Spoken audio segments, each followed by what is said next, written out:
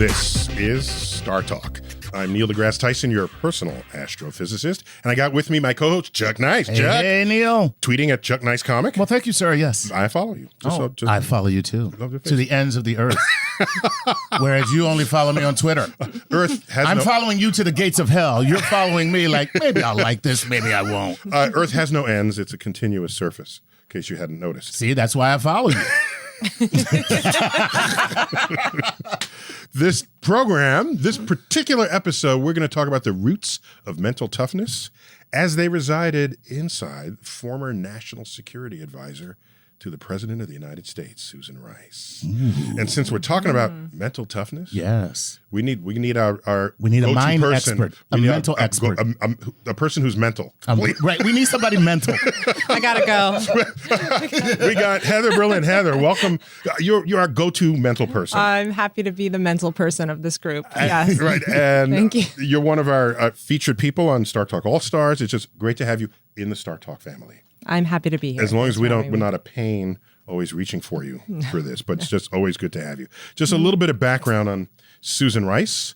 She came out with a book called Tough Love. Tough Love. And she was National Security Advisor to President Obama. Yes. 2013, 2017. That's right. UN ambassador. So the United States has an ambassador to the UN. As distinct from ambassadors to other countries of the world, right? And she was a Rhodes Scholar. Wow. And so she went to New College at Oxford, and she's authored the memoir Tough Love, My Story of the Things Worth Fighting For. Interesting. Yeah, so she's got the pedigree, she got the attitude, she's got she's ready to rock and roll. Shake that up. Mm-hmm. And so she credits some of what she's accomplished, I would say a lot of what she's accomplished, to how she was raised with tough love. Tough love. So let's check out that first clip. Tough Love. This kind of title, like we say of our grandparents. So you're not a grandparent yet. God, no. Okay. So when you up there naming a book like what the because that's a previous generation's. Oh, you're dogging my title now. I'm a little bit. Come just on, a little man. bit. Just you know a what? Bit. Everybody I know knows what tough love means. They do. The young they do. people know. Even the young people. Hell yeah. Okay. Because certainly my young people know. That's different. I'm kicking their ass. No. The young people and all the young people who work with me know what it means too. Because last time I saw their upbringing, they get a trophy for participating. There's nothing tough about their life. Not in my household. That's the point. So, to me, it means loving fiercely, but not uncritically. And, when you mess up, the people who love you are supposed to tell you straight up, that your stuff is not together. I think that's the polite term. And there are many families where they're always bolstering each other's efforts, even if it has failed. And you're saying if someone is failing, you get on there, you tell them how and why. With the aim of helping them do better. Not just to beat them down. Right. But I'm just contrasting it with the fear of being truthful with someone because you might hurt their feelings. Yeah, that was not a familiar concept in my household. So, my parents raised me and my brother very much in the vein of tough love. And for better or for worse, my own kids have inherited the same. All right, well, they seem to be doing okay. They're doing okay. So how old are they now? Knock on wood. So one's a senior in college and one's a junior in high school. Okay. So they're doing okay. So far. Yes. Yeah. So guys, what do you think of her definition of tough love? I mean, I think it's a unique definition. And what we normally think of, at least in the field of psychiatry, as tough love is, when somebody is kind of really out of control or they're, let's say, a drug addict. And it's about... You mean literally out of control. Like out of control. They don't control their own lives. Yeah. And it's about then coming in with harsh enforcements of restrictions. So, That's not what she said that she had? Well, I mean, she has more. There are different types of parenting. So there are three different types of parenting. One is authoritative. One is authoritarian. And the other is permissive, right? So she's more, just what I think she's describing is authoritative parenting, which is that you're demanding, you have high expectations, rules. Lots of structure. Lots of structure, but you're also responsive and like connected emotionally. Whereas authoritarian is... You do what I say. that's it. And That's there's it. no, Get it's your ass over here. purely punitive. Who the hell you talking to like that? All I said was yes, sir. So her way, which was not not authoritarian, not dictatorial, right? but like totalitarian. authoritative. Yes. Why should we assume that would work for everyone? Wouldn't that just fall flat for some people trying to grow up? Boom. And see, that's where when you said, how do you feel about her? And I said, my response was going to be, it's fraught. And the reason why I think it's fraught is because children are individuals who respond differently to different stimuli. So I'm asking Heather. Right. So there's studies fail. that show, so basically it's all about the combination of the personality type of the child with the type parenting. So there's no one right way to parent. And every type of parenting, there's articles that say that it's really good or it's really bad. And really the key factor is how it interrelates with the personality. And it's the same thing with learning. Like, for example, some people need really restrictive ways to learn, like being tested all the time and having structure, and they work really well in that system. Others don't, and they need a more sort of permissive environment where they can learn on their own. So it's But the what's same thing described with here parenting. is there was one way everybody got raised. Right. And it either works for you or it doesn't. Right. And so in some cases, depending, and also there are cultural differences as well. So, depending on the culture. One of them is that some people go, mm-hmm. Right. Mm-hmm, That's one of the exactly. That's a cultural So, for example, Did your culture go, mm-hmm? not fly in my house. That no. was not one of your cultures. No. But like, for example, authoritarian or like sort of very, very restrictive parenting works better in Asian cultures because that's part of the culture. They find that type of parenting, whereas in the U.S., for example, they get worse results with that kind of parenting because it conflicts with the culture. Yeah, Right. exactly. So you have to be careful when you're imposing other sort of cultural standards that work in one place. Here, it might not. However, sometimes it's when you look at cultural. Now, I will just say this, and people are gonna be maybe. We'll just edit it out. Yeah, right. I was going to say I'm going to say this, and it probably won't even be heard. But the more what is perceived to be permissive in many cultures are the way Caucasian parents, white people, actually let their children do pretty much anything.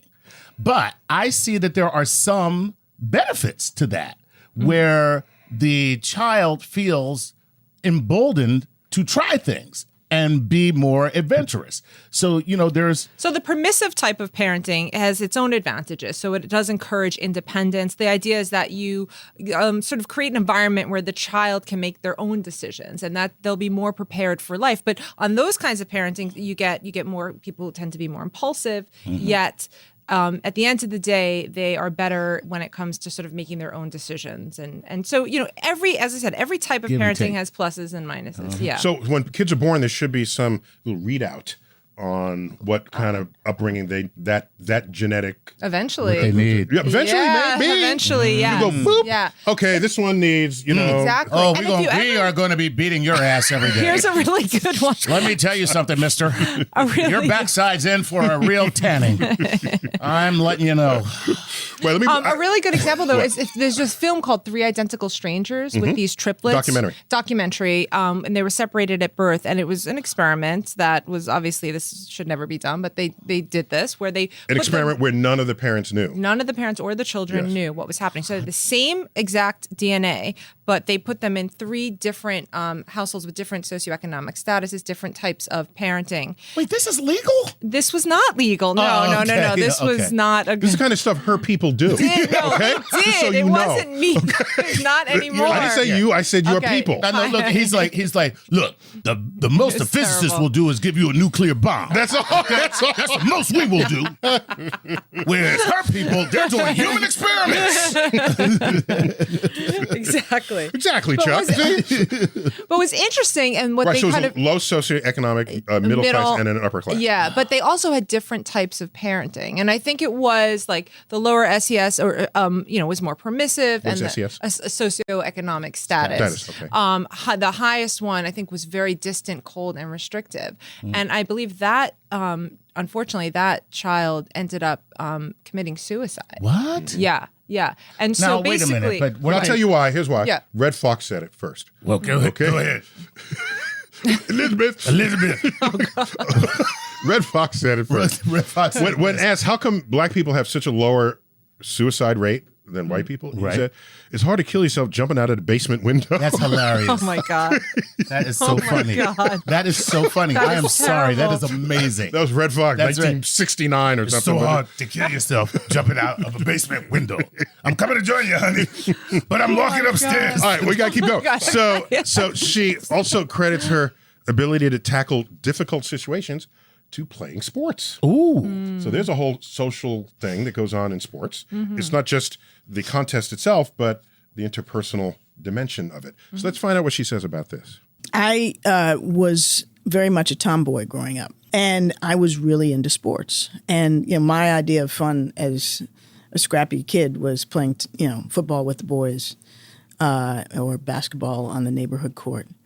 But that evolved into playing varsity basketball as well as varsity tennis, and a little bit of softball in high school. And I was a much better tennis player, and I am a much better tennis player than I ever was a basketball player. There are a lot of myths out there about me. The only good one is that I was a really excellent basketball player. So people want to believe you were good at basketball. People have circulated a myth that I was a great basketball player. But Not in fact, true. Not true.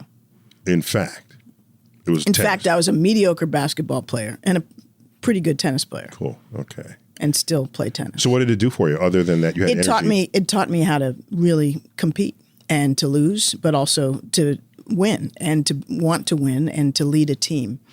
And I spent a lot of time describing the role that I had as national security advisor as being akin to playing point guard on a basketball team, because one, that was my position. Two, when I was playing in high school and later in graduate school. Isn't the captain usually a point guard?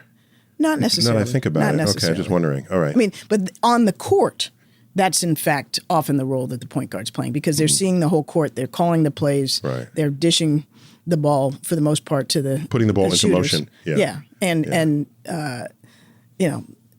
making sure that the stars, who usually those with the great outside shots, are the ones under the basket are putting it Get in. the opportunity. Yeah. Now then you get your extraordinary point guards who do all of the above. I was not one of those.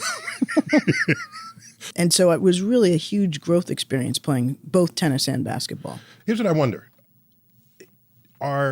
Is the personality type that we see among sort of athletes, did that develop by them being athletes, or was it always there and now it attaches to the fact that they have great athletic performance? Yeah, I mean, I think it's like what came first, the chicken or the egg. I think certain types of people The egg came first. It did it? Yeah. Okay. Yeah. That's been answered. Thanks. Go- get Sorry, another- I got that. Okay. I'll just check. It was just laid by a Okay. bird that was not a chicken. Oh, okay. Got it. Okay. See, you didn't know that. You know, right. Yeah, and there's a like take mutation, notes. and then what comes out of the egg is what you would call a chicken. Right. But what laid the egg was not a chicken, and that's the Right. first chicken. Got it. is the Got egg. it. So a cow laid an egg. Certain people with personality, you're born with the genetic predisposition to have certain types of personality traits, and those might be more attracted to certain types of sports also, okay. So it could be that you are more into playing with a group and a team, and, you like that aspect of I it. must know what personality Right. attracts to golf.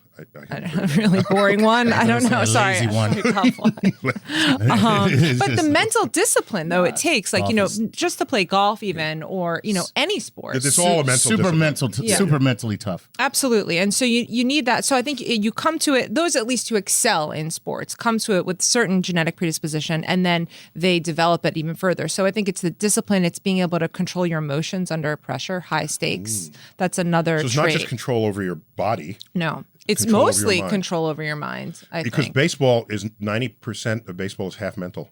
Right. Sounds like Yogi Berra. It was entirely Yogi Berra. Right. But yeah, I mean, it's being able to have the discipline to practice, but also to control your emotions under high stress, to rebound from losses, right? So if something happens, you lose a point, you get out, you have to be able to get right back on there and not be kind of Which are good thrown life off. skills. All good life skills. So I think, you're attracted to a sport for certain reasons, but then you develop these skills along the way. Okay, Yeah. so but without sports, you still want to be mentally tough. What would be what's a pathway if you didn't do sports like Susan did? What's interesting is that you can actually, when we talk about mental toughness, we're talking about when you're sort of emotionally aroused or have a negative emotion, how you can kind of, in a way, suppress it and keep going on and not let it kind of defeat you. And so studies have shown that actually mindfulness and meditation increases parts of particularly the left prefrontal cortex, which works to downregulate the amygdala. And so those people who can sort of overcome trauma. The amygdala is a part of your brain. Is part of your brain involved in emotion. Fight or flight. Fight or flight Okay, response. And so it's resilience or mental toughness is really about how we can overcome these negative emotions and go on and sort of reframe things in a positive way. And we find that if you have more activation in the left prefrontal cortex, you can do that. One way to do that is through meditation. So what if, just as a question, like for developing mental toughness, what if adversity and failure actually, so of course everybody feels bad and they're angered, right? But what if that is actually fuels better performance? What you're saying is that which doesn't kill you makes you stronger. Right. Right. Please Suppose comment on Okay, that. okay. Suppose that makes you like, So there's a sort of we all need a little bit of stress that actually helps us increase our performance. And there's sort of inoculation, a little bit, so it's all about the amount. So a little bit will get you to the sort of we call optimal state of arousal and increase and improve your performance. Too much, however, will using the word become arousal okay, in that- detrimental. correctly I there? mean, yes, like physiologic stimulation. Stimulation, exactly. So you need right, a 'cause little the other cortisol. kind would be really awkward on a basketball not court. be good for Just saying. But Man, yeah, you really like this game, buddy. but we all So know this. I got a good Yeah. example of this, if I may. A track buddy of my father. My father ran track. They were competing against the New York Athletic Club, Okay. all white, all WASP of the day, Right. and he was No part, Jews? No. not in that club. In his club, Pioneer Club, they picked up everyone who was not admitted to the New York Athletic Club, which were blacks and Jews. So my father ran alongside Jews. Apparently, not anyone from your family. No. The Berlins don't play They were in the sports. stands. So there's still a racial dimension to this, as there was to so much in society back then. It was deeper than even today. Right. As much as anyone complains, it was worse. It only then. encompassed everything. Okay. And so they're coming around the back stretch. My guy, his name is Johnny Johnson, is ahead of the runner from the New York Athletic Club. And on the back stretch for the final straightaway, the guy from the New York Athletic Club, Johnny Johnson overhears him yell to his runner, "Catch that nigger." Wow. Oh my God. And Which, by the way, is shocking today, but back then, Back then it was like, realize, of course. Okay, that's yeah, just right. That's what happened. That's just something. And so he said, "This is one nigga he ain't going to catch," and then increased his win. Yeah. That gave him that Motivation. incentivized- It was motivation. Yeah, motivation. Yes. Exactly. Yes. So too little is not good. Just enough for it's right. But if he, let's say, got really angered by that to the point where he was so enraged that he kind of his performance could have been Oh, it could hindered. subtract. Yes. If it's fired too up. much, Yeah, too much. So okay. just enough. All right. Yeah. So you grew up in a Jewish household. Yes, I did. So was sports. Therefore, I did not play sports.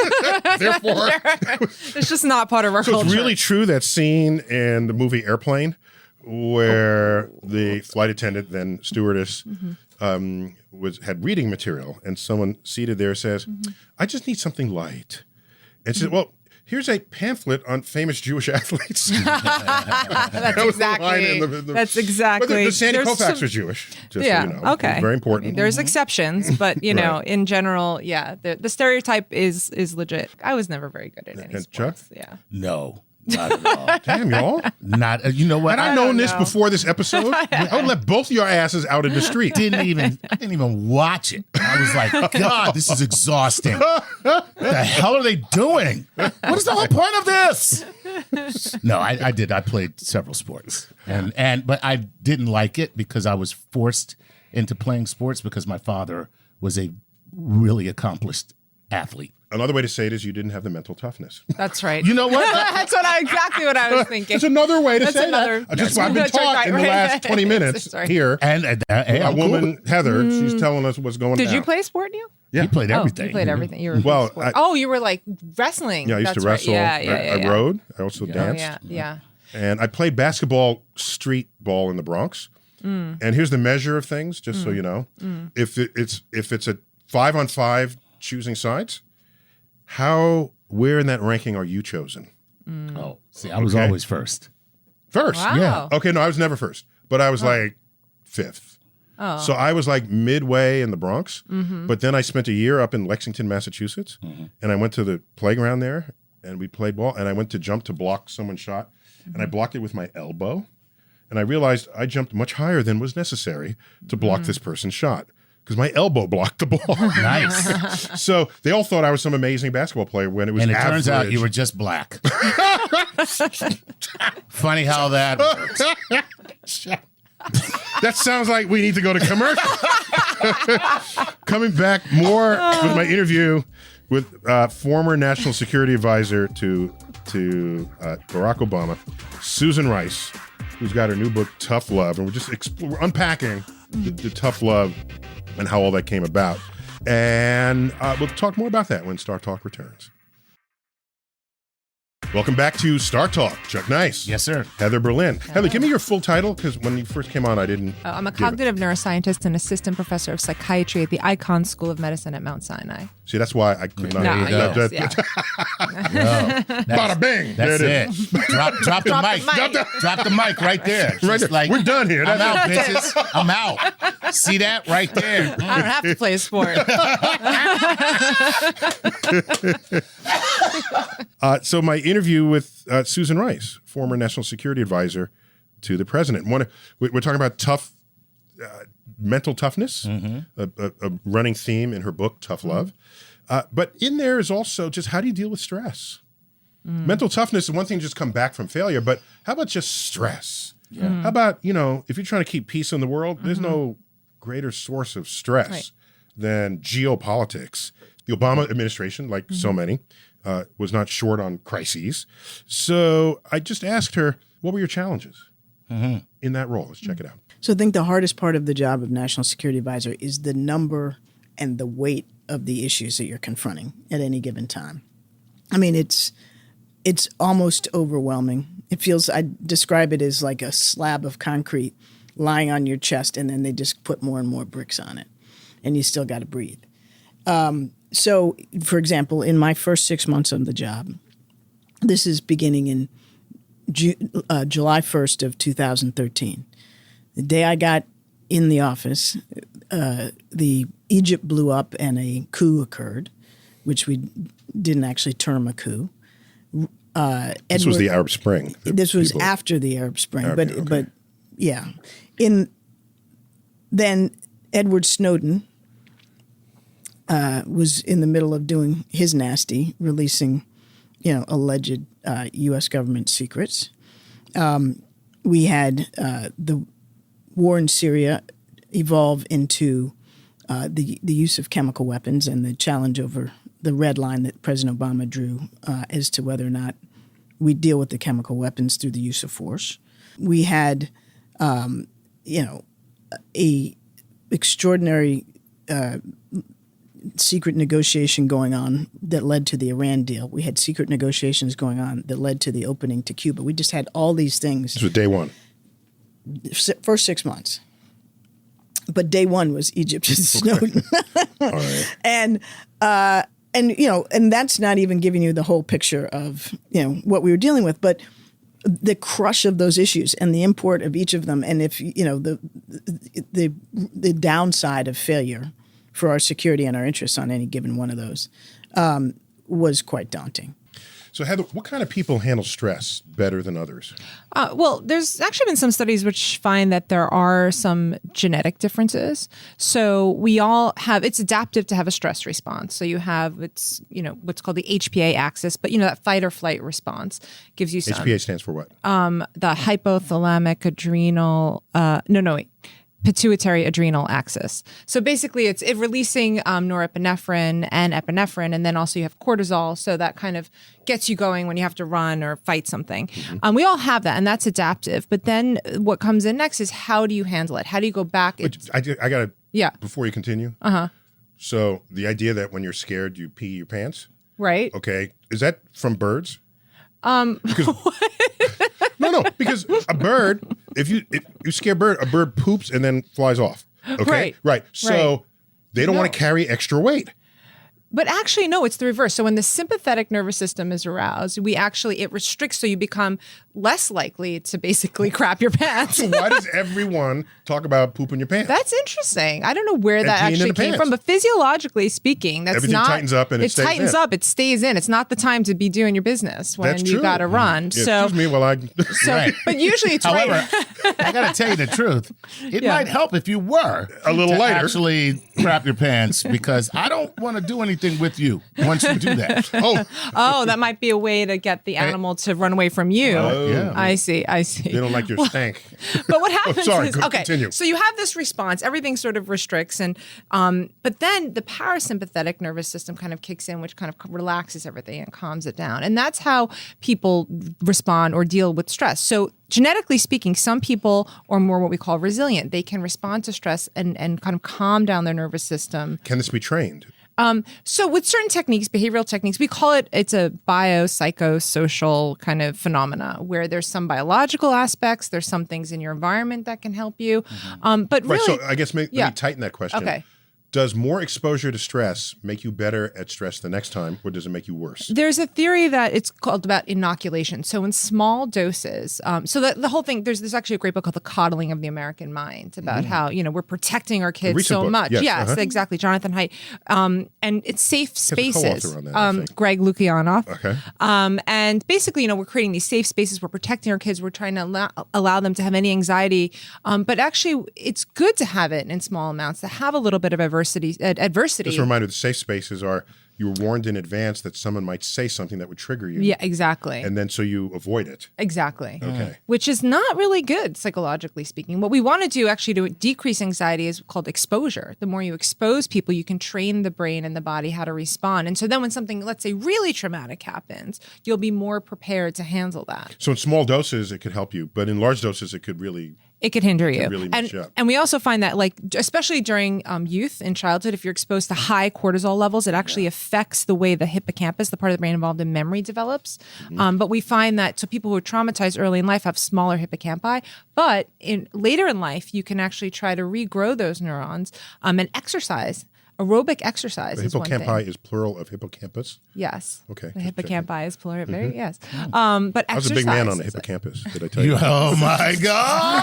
I feel like I've heard that joke before. That hurt. Oh, my God.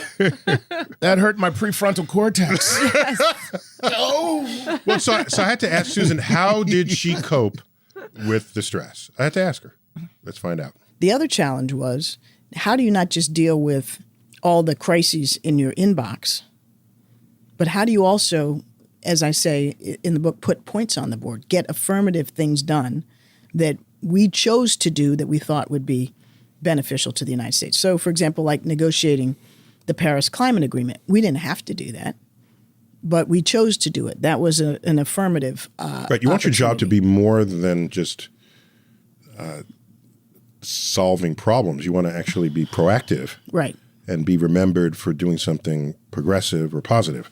Exactly. Right. So those were the two big challenges. And then in terms of my background and what prepared me, I mean, first of all, I was fortunate to have had a series of jobs in the run-up to becoming National Security Advisor that had given me a real insight into the work and the issues and how to navigate.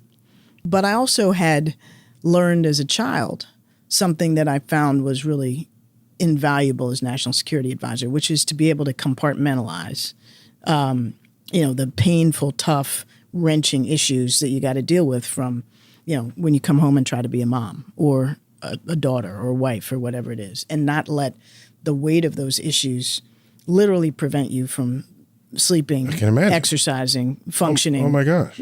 As a normal. It wasn't just a being. bad day at the office. It was a bad day on planet Earth. Exactly.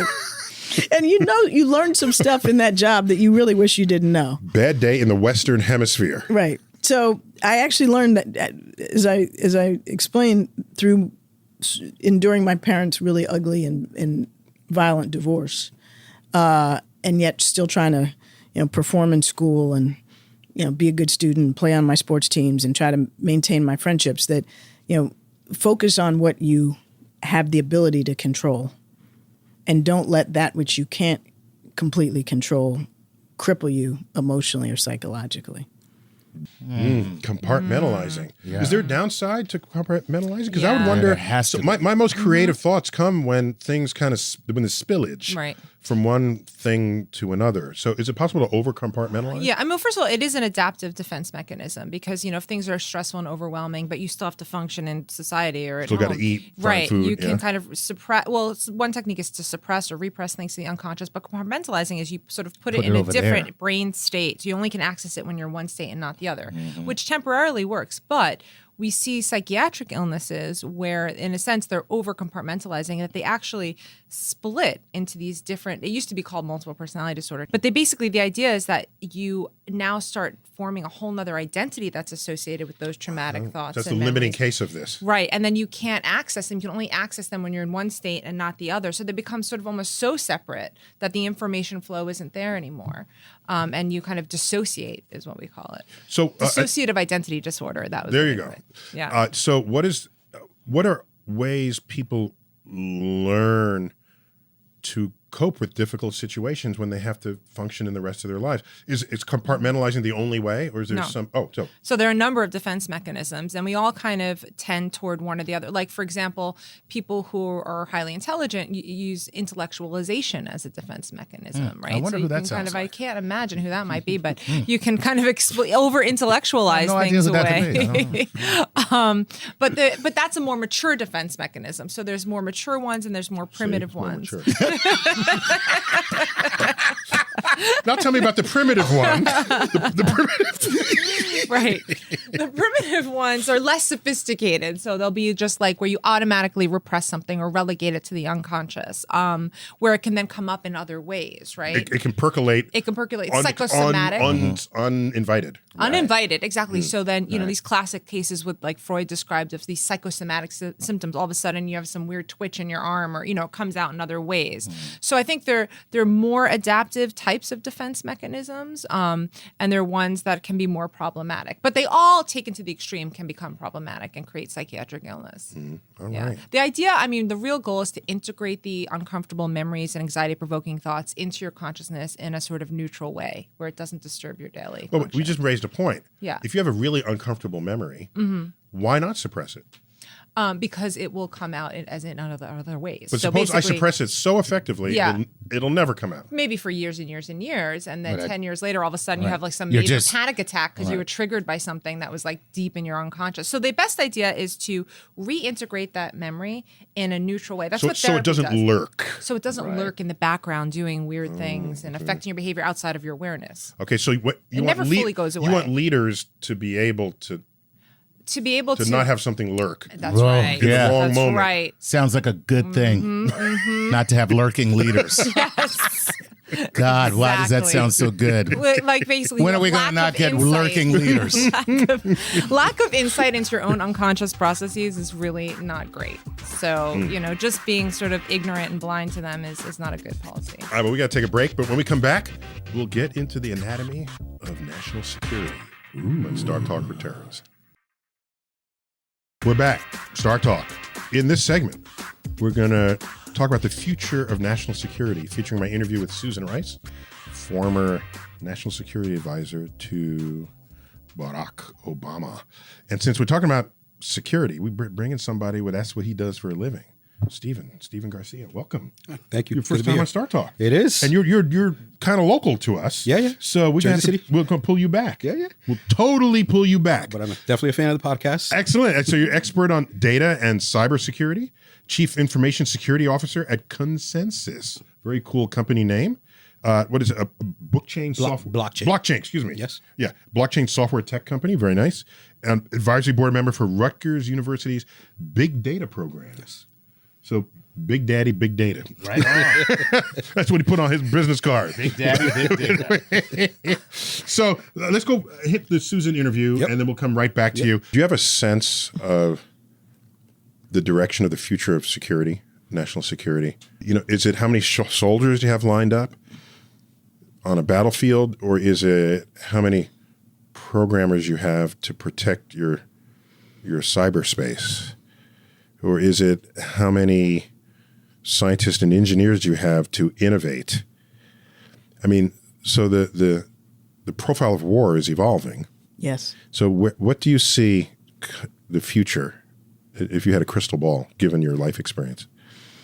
Well, I hate to traffic in crystal balls because I didn't take physics, but I would say several things. One, the domains in which conflict can occur are evolving. So, we think of fighting as being on the ground or in the air or on the sea, but it's also increasingly, as we discussed a little bit earlier, in space, undersea, in the cyber domain, and elsewhere that are very hard for the average American to envision. And also, those domains are already active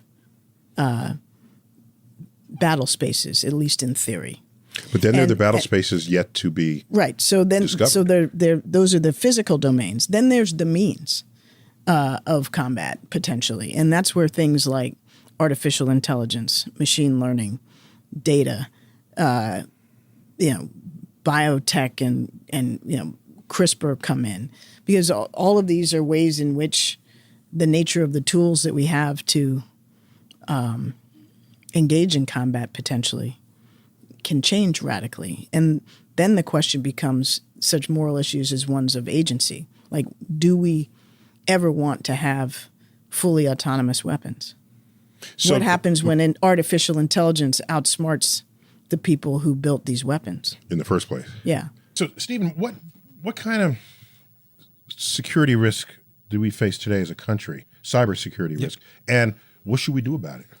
I mean, to start based on what Susan said, I think we don't want autonomous weapons, right? Thank you. Every major sci-fi movie we've seen has talked about it, right? 2001: A Space Odyssey, Tron, all the Matrix movies, Terminator 1, Terminator 2, Judgment Day. This is known, right?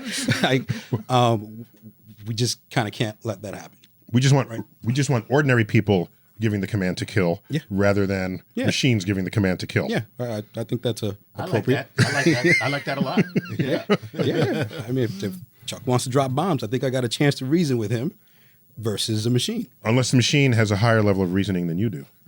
Yeah, and in which case we're all done. Why are we laughing? This is horrifying. I know, this is completely horrifying. That's the point where the machines say humans are no longer useful to the survival of this world. Exactly.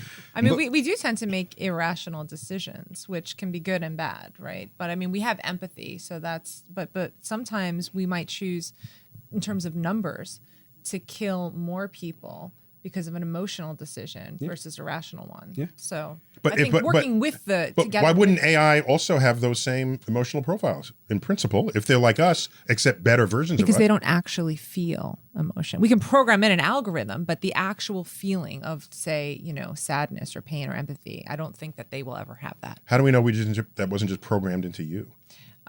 Because I have subjective experience. I think, therefore, I am. I feel like it. So what should we be doing? Well, so to her point too, right? We have new theaters of war, right? Right? Your boy Bill Nye, he's on a show called Blind Spot where they did a whole episode on some hackers taking over a satellite that was weaponized, right? And back in the Reagan time when we talked about Star Wars, it felt like sci-fi and it was out of the realm of possibility. Where now, maybe not so much. Most of the world's data travels through. By the way, just to be clear, Star Wars under Reagan, because most people alive today were not yet born when Reagan was president. Fair enough. You're not referring to the movie series. No. You're referring to please, the government program. That's proper sci-fi. The flow of monies to create a fail-safe, foolproof defense system Yeah. to then render the Soviets' weaponry Absolutely. obsolete. Okay. But it doesn't need to just remain defensive. It can be offensive, right? And so with this new age space race, with satellites going up into space, that's another theater. The undersea water cables getting tapped for information. That could be another big source of national security. So we're going to be moving away from marching armies to defense of cyberspace Yeah. And it makes more as sense. the future of war. Yeah. It makes more sense because the risk to reward ratio is better, right? There's a value on human life versus data, right? So if you can still take over a country with a few keystrokes versus a standing army, makes a little bit more sense on multiple. He sounds like he's thought about it. Yeah. Don't he sound like, okay, what's in your basement, dude?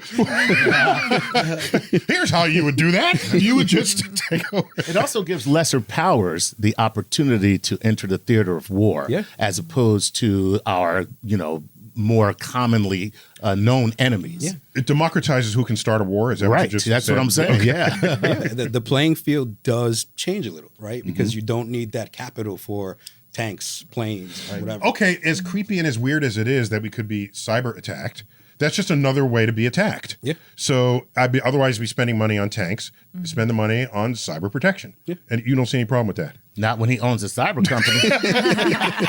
You kidding me? Stupid question. Sorry. So the Department of Homeland Security, they do have the Cyber Security and Infrastructure Security Agency, and they are responsible for protecting our federal networks. And there's a few pillars of things that they do protect on a national level. But I think it's important to not just think about this in terms of nation states. We also have to think about this in terms of private companies, because the internet doesn't discriminate whether I come into you as a private individual to make my way to government, right? So it has to be a partnership, right? Because all governments use third parties anyway, right? So if you're a XYZ random company that has government contracts, you're a potential vector. Well, I asked Susan what countries needed to do going forward to change their approach to national security issues. Let's check it out. So should the future of those meetings that you described with these heads of agency, should they have an ethicist sitting right at the same table?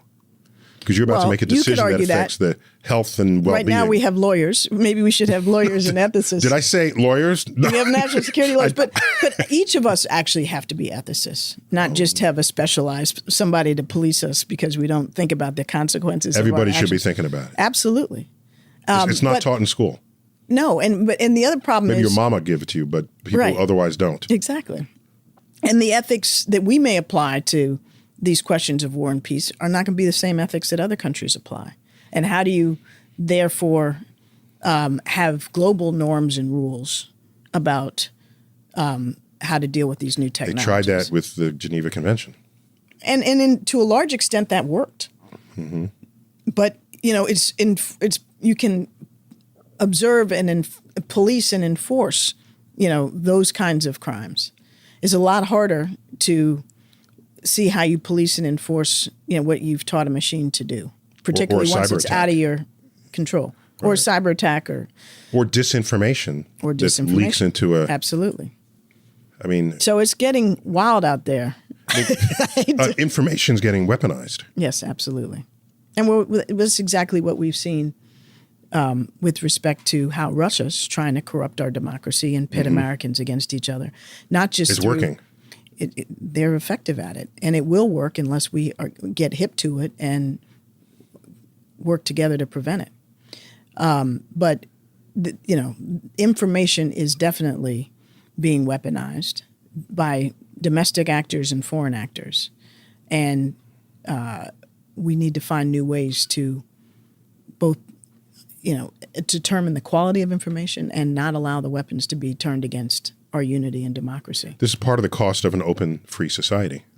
We have susceptibilities that closed societies don't have. That's exactly right. And that's an eternal battle. Let's hope it's an eternal battle, because otherwise we lose. When I look at our susceptibilities, there's banking, there's interpersonal, just how people are treating each other, there's elections. Yeah. All of this has a cyber component to it because we now interact through our Facebook pages and We see ads or videos. So how do you balance the free movement of people through society with the security risk that we face walking into it flat-footed? Yeah, well, delicately. Thanks for that answer. No, like every tool, it's double-edged, right? So we're an open and free society, and we want that. But there are risks to that, right? And so, in particular, attention with our elections, I point to Michael Isikoff has a book called Russian Roulette, but it's a really good breakdown of what happened with us in terms of what Russia did. And what you effectively have here is that, in particular with Facebook and the Cambridge Analytica scandal, where you had this company that essentially started plotting all these data points for everyone, I don't want to call it the equivalent, but they effectively did a genome mapping of all of our preferences and data points, and that weaponized the data that you're talking about. This is what happened. So now they know, hey, Neil is very disposed to wanting to talk about this and talking about that. And, we call them troll farms where there are these kind of fake accounts that are designed to seem like real people and start inflaming people and getting them into conversations. And then all of a sudden you have a polarized nation. So you effectively, because, the United States is a titan, right? And so kind of like the Avengers in that point, right? Like you don't beat us from the outside, right? You take, what was that movie? Civil War, where the guy was like, no, we're going to... Bucky! Bucky, I love you. Please stop trying to hurt us. Okay, sorry. Wait, so Heather, this sounds like something you guys never thought could or would happen. You knew that we would have hot buttons as human beings, but to have that weaponized, put against us, to pit us against each other? Well, no, I mean, it's psychological warfare, and it's just basically the brain is an information processing machine. So you can manipulate people by manipulating the information that they are accessing. Right. You knew you could do that one-on-one, but you can do that for an entire society. Now we have the tools to do it. Yeah. Well, we've always had the tools to do it. So let's be clear. Well, now they're better, though. Yeah, they're much better and they're more effective. But the truth of the matter is what happened with what you said, Cambridge Analytica and Facebook and the weaponization of information is something that the military calls psyops. That's exactly what it is. So why, I don't understand why people don't say what things are. That is called psyops. It is forbidden because it is that effective. So, So what kind of policy changes do we need to put into play to protect us going forward without completely constraining our freedoms? Yeah, I mean, a lot would work in helping with data protections. The European Union is a lot stronger than we are on that. So it would help if our data was treated like the commodity that it is. What does that entail? I don't know what you mean when you say access to your personal information. But not only that, I mean, also like just restrictions on disinformation. I mean, I was talking to an exec at Facebook who actually left Facebook because they're not putting restrictions on disinformation and political ads. And that's really dangerous. So I think there are places where we can, in the sort of private sector, or at least let there be policies in place so that, nonsense isn't getting out there, at least in the political realm, which influences how we vote. Yeah. And the media, they have to be the watchdogs they're supposed to be, not lapdogs, not saying... Watchdogs, not lapdogs. Oh, I like that. That's the quote of the day. Right on. No. Because you can't just say, oh, the administration said this, and that's it. Like, your job is to question that, right? And so the public trusts the media to give that information. We've seen very recently that has not always been the case. And Heather, so we're being manipulated without even knowing it. Yeah. That's the insidious part of it. That's the thing. Most of us think we're making decisions of our own free will, but we're really doing things because we're being unconsciously manipulated all the time. It's because we're all in a simulation and someone else is programming our behavior. Sweet. I'm sorry, we got to end. On that note, we got to end there. See, we got to do another show around you. Okay, do that. We appreciate that. So we got to end it there. Heather, thanks for coming as usual. Chuck, hey, my man. Always good. All right. This has been Startalk, and I've been your host, Neil deGrasse Tyson. As always, keep looking up.